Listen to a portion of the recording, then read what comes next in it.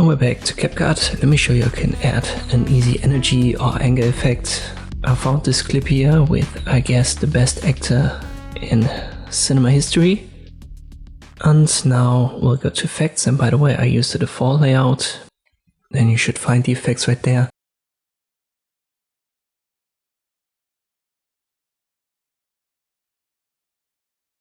Open the drop down for video effects, and then you can scroll down to cartoon, and in this category you will find something called energy. Download it, and afterwards you can click on this plus sign, make it as big as your footage, and this adds these energy stripes that you know from anime, cartoons.